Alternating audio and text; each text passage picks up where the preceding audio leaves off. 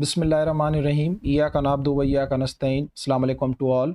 हम अपनी आज की डिस्कशन के अंदर फ़ीमेल रिप्रोडक्टिव सिस्टम के ऊपर डिस्कस करने लगे हैं। आज हम देखते हैं कि इस टॉपिक के अंदर हमारे पास क्या-क्या चीज़ें समझने के लिए। अच्छा भाई, एक ऐसा सिस्टम जिसके अंदर ये 5 चीज़ें आ जाती हों, pair of ovaries, pair of fallopian tube या इसे दूसरा ओविडक्ट कहा जाता है या तीसरा इसे सेल्फिक्स कहा जाता है, और यूट्रस, फिर सर्विक्स और फिर वेजाइना। ऐसे सिस्टम जिसके अंदर ये 5 चीज़ें आ जाती हों, ऐसे सिस्टम को कहा जाता है फीमेल रिप्रोडक्टिव सिस्टम। इस इमेज के अंदर आपको नज़र आ रहा होगा, ये हमारे पास ओवरी है, ठीक है, एक ओवरी, और ये हमारे पास सेकंड ओवरी, ठीक है, पेयर ऑफ ओवरीज हो गए। उसके बाद इस ओवरी के ऊपर ये जो डक्ट लगी हुई है यहाँ तक, ये जो मैंने एरो लगाया है यहाँ तक, ये कहलाती है फैलोपियन ट्यूब या इसे दूसरा ओवी डक्ट भी कहा जाता है और इसे तीसरा सेल्फिक्स भी कहा जाता है। उसके बाद ये जो पूरा आपको एक वाई शेप का स्ट्रक्चर नज़र आ रहा है, यहाँ से लेके, यहाँ से इस जगह से लेके और पूरा इस जगह तक, ये पूरा का पूरा स्ट्रक्चर कहलाता है यूट्रस, ठीक है, कंप्लीट स्ट्रक्चर यूट्रस कहलाता है। अब इस यूट्रस के अंदर हमारे पास 3 पार्ट होते हैं। ये वाला जो पार्ट है इसे कहा जाता है यूट्राइन हॉर्न, ये यूट्रस के हॉर्न कहलाते हैं। और ये जो कंप्लीट स्ट्रक्चर है इसे कहा जाता है यूट्रस बॉडी, यहाँ तक का स्ट्रक्चर, ठीक है, ये वाला जो स्ट्रक्चर है यहाँ तक, इसे यूट्रस की बॉडी कहा जाता है।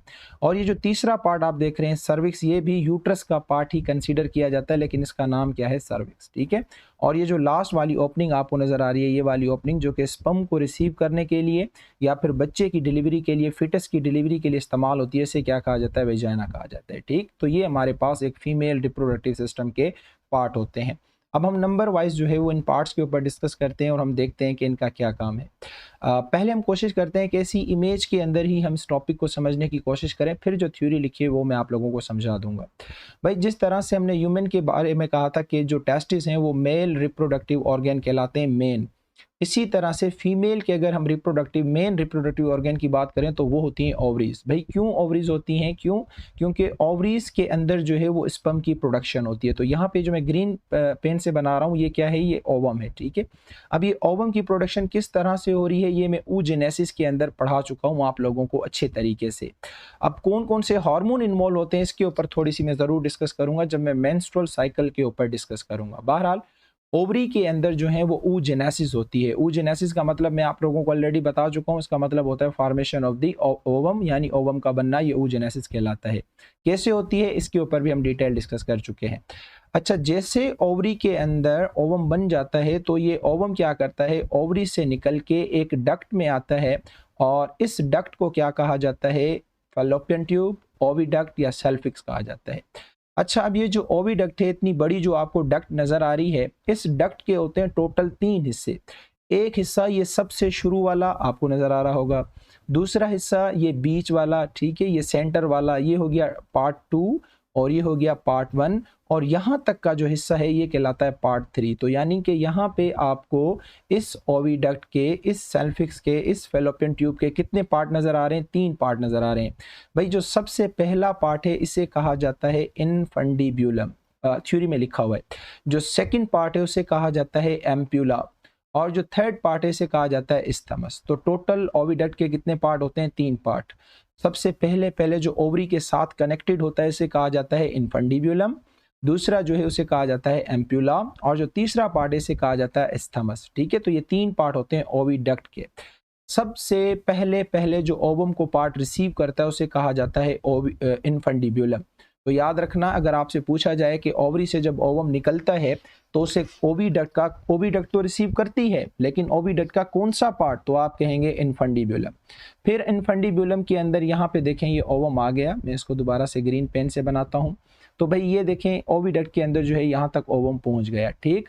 उसके बाद यहाँ से ओवम ट्रेवल करके फिर कहाँ जाता है, यहाँ से ओवम ट्रेवल करके अपने सेकंड पार्ट पे जाता है, और सेकंड पार्ट को हम क्या कहते हैं, एम्प्यूला कहते हैं। तो यहाँ पे आप देख रहे हैं कि एम्प्यूला के अंदर जो है वो इस ओवम आ चुके हैं, ठीक। अगर ये फीमेल मैरिड होगी, ठीक है, तो क्या होगा कि यहाँ से स्पर्म ट्रैवल करते हुए आएंगे, वेजाइना को क्रॉस करेंगे, सर्विक्स को क्रॉस करेंगे, यूट्रस को क्रॉस करते हुए, और इस तरह से यूट्रस के होर्न को क्रॉस करते हुए ओविडक्ट का तीसरा पार्ट क्रॉस करके ये स्पर्म पहुँचेंगे एम्प्यूला तक। तो यहाँ पे आप देख रहे हैं कि ये स्पर्म जो है वो यहाँ तक पहुँच गए हैं, और एम्प्यूला के अंदर आके स्पर्म एंड ओवम दोनों आपस में फर्टिलाइज होंगे। यानी देखो कितनी इंपॉर्टेंट बात है कि अगर आपसे पूछा जाता है कि फर्टिलाइजेशन कहाँ होती है तो आप कहते हैं कि सर वो ओविडक्ट में होती है, लेकिन अगर मैं आपसे पूछूं कि ओविडक्ट के भी कौन से पार्ट में होती है तो आप मुझे क्या कहेंगे कि सर ओविडक्ट के एम्प्यूला वाले पार्ट में होती है। ठीक है, तो जैसे यहाँ पे फर्टिलाइजेशन होगी, आप सब लोगों को पता है कि फर्टिलाइजेशन के नतीजे में एक बॉल लाइक स्ट्रक्चर बन जाता है, एक नई चीज़ बन जाती है, और उस नई चीज़ को हम किसका नाम देते हैं, उस नई चीज़ को हम जाइगोट का नाम देते हैं। तो ये जो मैं येलो कलर से बना रहा हूँ ये आपका यहाँ पे क्या बन चुका है, जाइगोट बन चुका है, अगर ये फीमेल मैरिड होगी तो। ठीक है, अगर नहीं होगी तो फिर मेंस्ट्रुअल साइकिल स्टार्ट हो जाएगी, वो भी मैं आपको समझाऊंगा इंशाल्लाह अगले टॉपिक के अंदर, फिलहाल उसका टर्न नहीं है। अच्छा चलो भाई, तो ओविडक्ट का पहला पार्ट इनफंडिबुलम था जिसने ओवरी से ओवम को रिसीव किया, फिर वो जो ओवम है वो एम्प्यूला के पास गया, यहाँ पे जाके ये रुक जाता है। रुकने के बाद फिर क्या होती है, यहाँ पे होती है फर्टिलाइजेशन। अगर फीमेल मैरिड है, फर्टिलाइजेशन होगी तो आप यहाँ पे देख रहे हैं ये जाइगोट बन गया। अब क्या होगा, ये जाइगोट अपने तीसरे पार्ट में जाएगा जिसका नाम एस्थमस है, और एस्थमस से निकल के ये यूट्रस के होर्न में आ जाएगा। तो यहाँ पे हम इसको येलो कलर से शो भी करते जाएंगे ताकि हमारे पास आइडिया होता जाए कि जो जाइगोट है वो कहाँ कहाँ जा रहा है। तो यहाँ से निकल के ये फिर कहाँ गया, यूट्रस के होर्न में आ गया। ठीक है, ओके। अब ये यूट्रस के होर्न से निकल के ये आ जाएगा यूट्रस की बॉडी में, ये कहलाती है यूट्रस की बॉडी। ये कंप्लीट जो मैंने येलो पेन तक बना दी, ये पूरी यूट्रस की बॉडी है। अच्छा, अब जो यूट्रस की बॉडी है यहाँ पे टोटल लगी हुई होती है 3 वॉल। ये बहुत इंपॉर्टेंट बात है जो कि मैं आप लोगों को समझाना चाहता हूँ।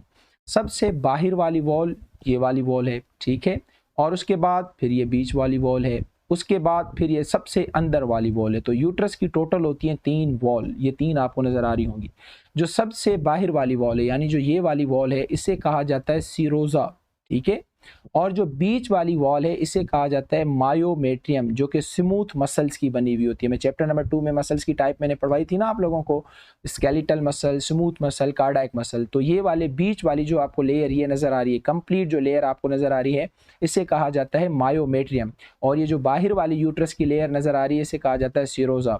और ये जो सबसे अंदर वाली लेयर है, बिल्कुल ये जो अंदर वाली लेयर आपको नजर आ रही है, इस अंदर वाली लेयर को कहा जाता है एंडोमेट्रियम। ठीक है, तो यूट्रस की टोटल कितनी लेयर हो गई, यूट्रस की टोटल हो गई हमारे पास 3 लेयर। सबसे बाहर वाली सीरोजा, ये बीच वाली मायोमेट्रियम, और ये अंदर वाली एंडोमेट्रियम।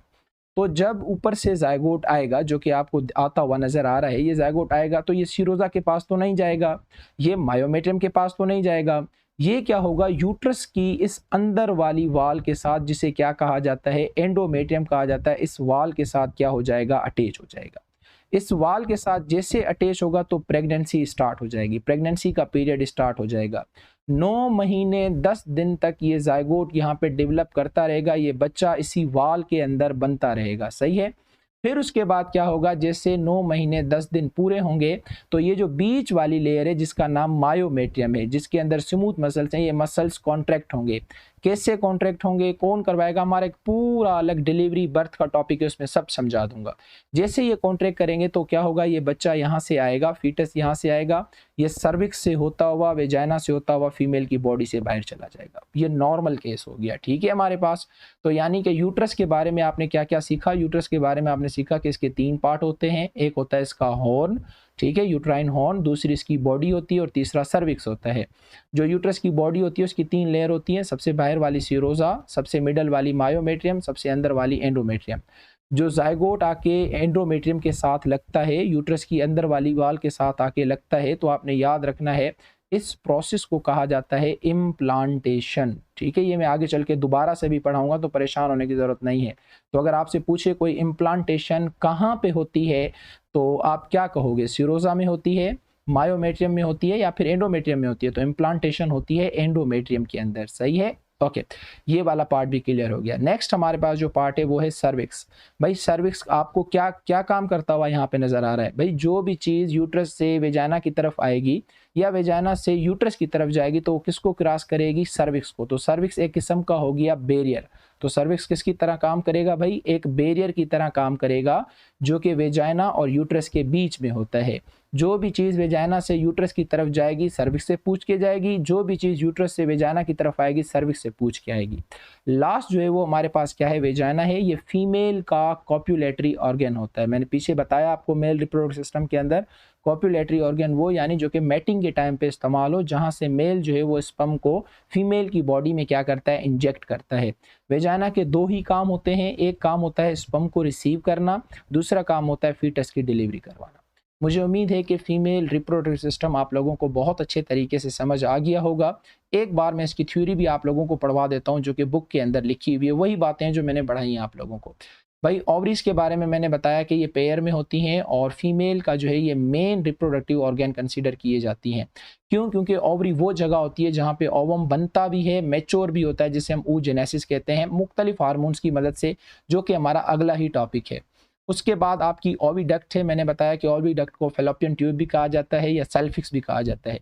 जैसे ओवम जो है वो मेच्योर होता है तो मैंने आपको बताया कि जो ओवरी का पेयर होता है वो उसे क्या कर लेता है, सक करके कहाँ भेज देता है, ओविडक्ट के अंदर। ओविडक्ट, जाहिर सी बात है, ओवरी दो होती हैं तो ओविडक्ट भी कितनी होती हैं, दो ही होती हैं। अब ये कहता है कि स्पर्म की जब हम बात करते हैं तो स्पर्म के पीछे चलो मान लिया कि उसकी पूंछ होती है और मीडियम होता है, वो उसको तैरने में मदद करता है।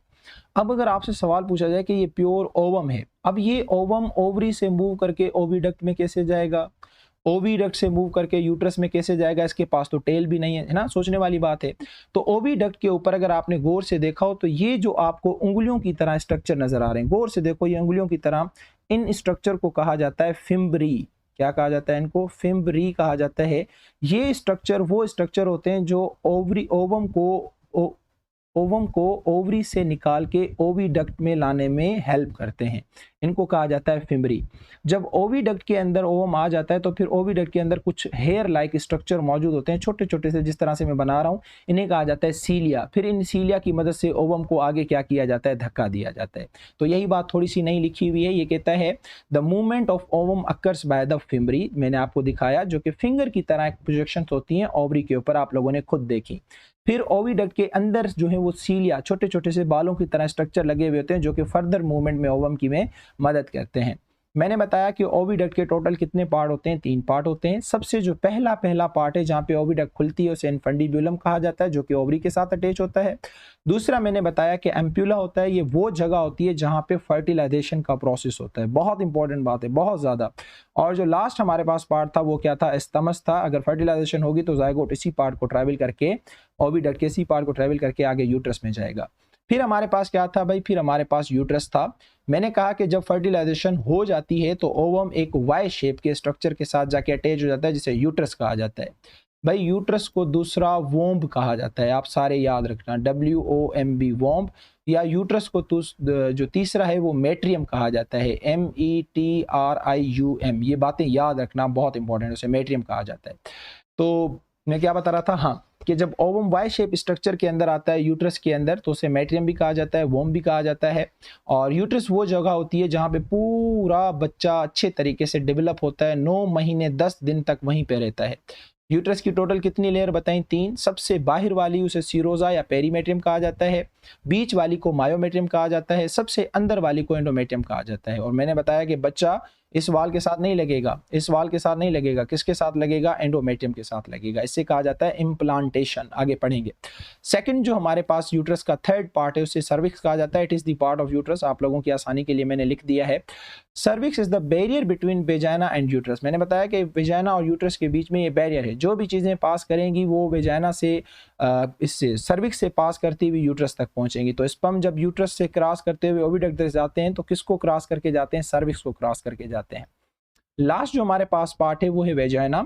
It is a muscular tube, कुछ भी नहीं है, जस्ट एक ओपनिंग है, मसल की एक ट्यूब है जो कि स्पर्म को रिसीव करने के लिए काम आती है। और दूसरा जो है वो फीटस की डिलीवरी के लिए भी हम इसको यूज़ करते हैं। सही है। तो मुझे उम्मीद है कि आपको थ्योरी के साथ साथ पूरा स्ट्रक्चर भी समझ आ गया होगा। आप इसको पढ़ें, अच्छे तरीके से समझें। जहाँ प्रॉब्लम होती है कमेंट बॉक्स में आके आप मुझसे पूछ सकते हैं। अच्छा, उसके साथ आप मुझे एक थोड़ा सा थंबनेल भी दे दिया करें या डन सर लिख दिया करें, ताकि मुझे पता चल जाए कि मेरे पढ़ाए हुए लेक्चर, मेरे समझाए हुए लेक्चर आप लोगों को अच्छे तरीके से समझ आ रहे हैं।